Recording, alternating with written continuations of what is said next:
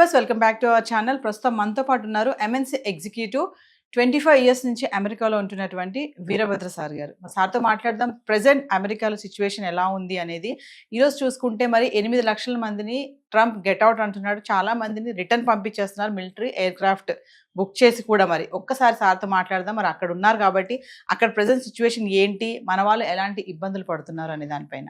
నమస్తే సార్. నమస్తే అమ్మా. సార్, అమెరికాలో మన ఇండియన్స్ పడే ఒకసారి కష్టాలు అంటే కొన్ని చూసుకుందాం. ఎప్పుడైతే ట్రంప్ ఎగ్జిక్యూటివ్ ఆర్డర్స్ తీసుకొచ్చారో, బర్త్ రైట్ సిటిజన్షిప్ కానీ, ఇల్లీగల్ ఇమిగ్రెంట్సే కానీ, పార్ట్ టైం జాబ్స్ చేయొద్దు అంటున్నారు. సో ఇవన్నీ కూడా మన వాళ్ళకి ఎంత ఎఫెక్ట్ చేస్తున్నాయి అంటే ఓవరాల్గా ఏం చెప్తారు? ఇప్పుడు మన వాళ్ళకంటే ఇండియన్స్కి ఇన్ జనరల్, తెలుగు వాళ్ళకే కాదు, కానీ బర్త్ రైట్ సిటిజన్షిప్ ఏదైతే ఉందో అది కోర్స్ ట్రంప్కి ఇష్టం లేదు. ట్రంప్ ఒక్కడికే జనరల్గా దాని మీద ఎవరు అపోజిషన్ ఉండదు మీకు జనరల్గా. కానీ ఆయన ఎగ్జిక్యూటివ్ ఆర్డర్ ఇచ్చినా I think within the same day or next day దాని మీద ఆల్రెడీ హోల్డ్ వచ్చేసింది. నేషనల్ లెవెల్లో ఒక ఫెడరల్ కోర్టు హోల్డ్ ఇచ్చేసింది. సో అదేంటంటే అమెరికన్ కాన్స్టిట్యూషన్లో it's one of the amendments. దాన్ని మార్చాలి అంటే మీకు కాన్స్టిట్యూషన్ని మార్చాలి.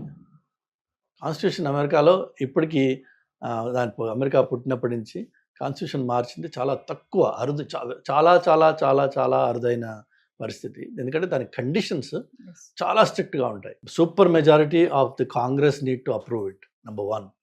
తర్వాత more than 75% of the states have to approve. Then అదే ఈయనకి వస్తుంది, ప్రెసిడెంట్కి వస్తుంది, అప్పుడు ఆయన సైన్ చేయాలి. సుప్రీంకోర్టు వ్యాలిడిటీ, అన్నీ రకరకాల పరిస్థితులు ఉన్నాయి. అందులో ఈ లోపు బోల్డ్ కేసెస్ పెడతారు, లిటిగేషన్స్ ఉంటాయి. అది అంత ఈజీగా 6 నెలల్లో కానీ సంవత్సరంలో కానీ అయిపోయే పని కాదు. దానికోసం మన వాళ్ళు కూడా ముందస్తుగా కాన్పులు చేసుకోవడానికి వెళ్ళడము, అంటే మళ్ళీ బర్త్ రైట్ సిటిజన్షిప్ రాదు అనుకుని ఇలాంటివి కూడా చేస్తున్నారని ఒక టాక్ అయితే ఉంది కదా. ఉంది విన్నా నేను కూడా. అలాంటి కొత్త నాయిస్ వచ్చింది. ఎంతవరకు అది ఎవరు చేయగలరు? మనకి ప్రాక్టికల్గా చూస్తే 9th మంత్లో లేకపోతే 8th మంత్ అయిపోయింది, డెలివరీ ఇంకా 10 days ఉంది, 1 month ఉంది, less than a month time ఉన్నది. డాక్టర్ ఒకవేళ అప్రూవ్ చేస్తే ఇట్ ఈస్ నాట్ రిస్కీ అని అంటే probably they may go through that. అది డిజైర్ ఒకటి ఉండొచ్చు, ఎందుకంటే అది పోయే లోపు ఇది చేద్దామని చెప్పి. బట్ అది కూడా వేలం వెర్రి. అది అంత క్రేజ్ ఎందుకు సార్ బర్త్ రైట్ సిటిజన్షిప్ అక్కడ రావాలి అని ఇట్లా చేయడం అనేది? కొంతమంది పేరెంట్స్కి కోరిక ఏంటంటే, ఇప్పుడు మనందరం ఏం చేస్తామమ్మా, నేను పడ్డ కష్టాలు నా పిల్లలు పడకూడదు అంటే ఏంటి? ఇప్పుడు ఈ జనరేషన్లో అక్కడ H1 మీదో L1 మీదో F1 మీదో ఉన్నవాళ్ళు, నెక్స్ట్ జనరేషన్ వాళ్ళ పిల్లలు డైరెక్ట్గా అమెరికన్గా పుట్టి వాడు బై బర్త్ అమెరికన్ అయితే వాటికి ఉండే ప్రొటెక్షన్స్ కానీ ఆపర్చునిటీస్ కానీ అన్లిమిటెడ్ ఉంటాయి. కాబట్టి అక్కడ పిల్లలు ఇక్కడ చాలామంది ప్రెగ్నెన్సీ ఇక్కడ వచ్చి డెలివరీ కోసం అక్కడికి వచ్చిన వాళ్ళు, రకరకాల కేసెస్ ఉన్నాయి. So on that land if you're born, it doesn't matter, or to any American parent, if you're born you become automatically American citizen. సో అది సంపాదించాలన్న తపన ఉండడంలో తప్పేం లేదు. ఎందుకంటే ఎప్పటికప్పుడు మనకి హ్యూమన్ రేస్లో ఉన్నదే అది. ఈ generation needs to be better than the last generation. Next generation మనకంటే బాగుండాలని తల్లిదండ్రులు కోరుకోవడంలో తప్పు లేదు. కానీ దానికి ఒక మితి, ఒక ఇది ఉండాలి, ఒక సెన్స్ ఆఫ్ లిమిటేషన్స్ ఉండాలి. ఒకవేళ లేదే అనుకుందాం, for example, for argument sake, American birthright citizenship America ఇవ్వట్లేదు. So what? నీకు అసలు బర్త్ ఎక్కడో ఒక సిటిజన్షిప్ అయితే ఉంది కదా. You can still exist and survive and thrive and grow. So birthright సిటిజన్షిప్పే అది పరమావధి అని అనుకోవడం తప్పు అంటారు. కమింగ్ టు స్టూడెంట్స్ సార్, చూసుకుంటే పార్ట్ టైం జాబ్స్ చేయొద్దు అనడము, అంటే అందరికి క్యాంపస్లో జాబ్స్ రావు కదా. మామూలుగా వాళ్ళ ఎక్స్పెన్సెస్ కోసం అని బయట చేస్తారు, చిన్న చిన్నవి గ్యాస్ స్టేషన్లోనో సూపర్ మార్కెట్లోనో. ఇట్లా మామూలుగా అమెరికాలో ఒక స్టూడెంట్ మంత్లీ ఎంత ఎక్స్పెన్స్ అవ్వచ్చు అంటారు సార్? అసలు ఎంత ఎక్స్పెన్స్ అవుతుంది వాళ్ళ ఖర్చులే కానీ ఇవన్నీ కానీ? సో అమెరికాలో 3000 పైచిలకు యూనివర్సిటీస్ ఉన్నాయి. ది క్రీమ్ ఆఫ్ దోస్ యూనివర్సిటీస్ని ఐవీ లీగ్ స్కూల్స్ అంటారు. ఐవీ లీగ్ స్కూల్కి వెళ్ళాలంటే మీరు సంవత్సరానికి గివ్ ఆర్ టేక్ ఒక $80,000 ఖర్చు అవుతుంది.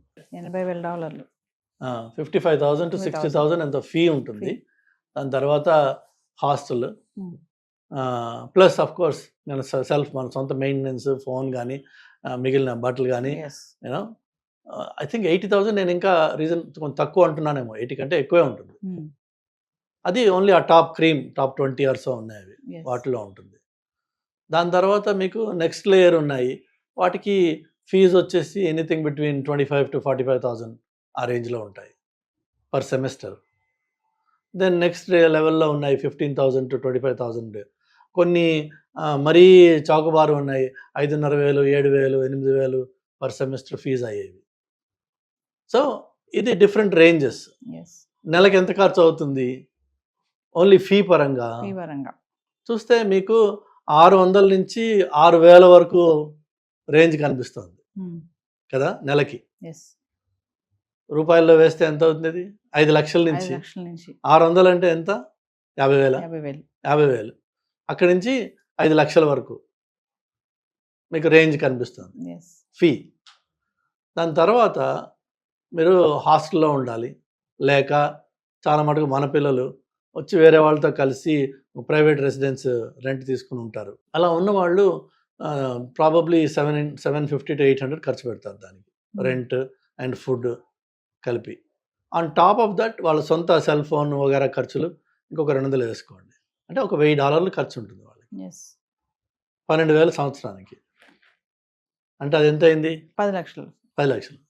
సో మీకు నెలకి 50,000 నుంచి అంటే సంవత్సరానికి 6 లక్షలు, ఇదేమో 10 10 లక్షలు, లక్షలు. 16 లక్షలు ఖర్చు Hmm. సంవత్సరానికి. సో 16 to 20 లక్షలు వేసుకోండి. 2 ఏళ్ళు మాస్టర్స్ చేయాలి మీరు, అంటే 20-40. సో అతి చౌకలో మీరు తక్కువ కాలేజీకి వెళ్ళినట్టయితే 40 నుంచి 45 లక్షలు, 50 లక్షల వరకు ఖర్చు అవుతుంది. లేక మంచి ఎక్స్పెన్సివ్ కాలేజీకి వెళ్ళినట్టయితే మీకు 2 కోట్లు ఖర్చు అవుతుంది. Wow. న్యూయార్క్ యూనివర్సిటీలోకి వెళ్తే మా ఫ్రెండ్ కూతురు వెళ్ళింది, 2 crores పైన ఖర్చు అయింది. సో ఇది మీరు ఆర్ యూ ప్రిపేర్డ్?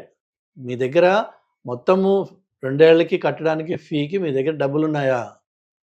ఉంటే దర్జాగా అమెరికాకి రండి, చదువుకోండి. అంటే అక్కడికి వచ్చి ఏమైనా చేసుకొని కూడా చదువుకోవాలని అనుకుంటారు కదా సార్. ఈ ఏమన్నా చేసుకోవడం అనే కథ ఉంది కదా, Hmm. అది ఇల్లీగల్. Hmm.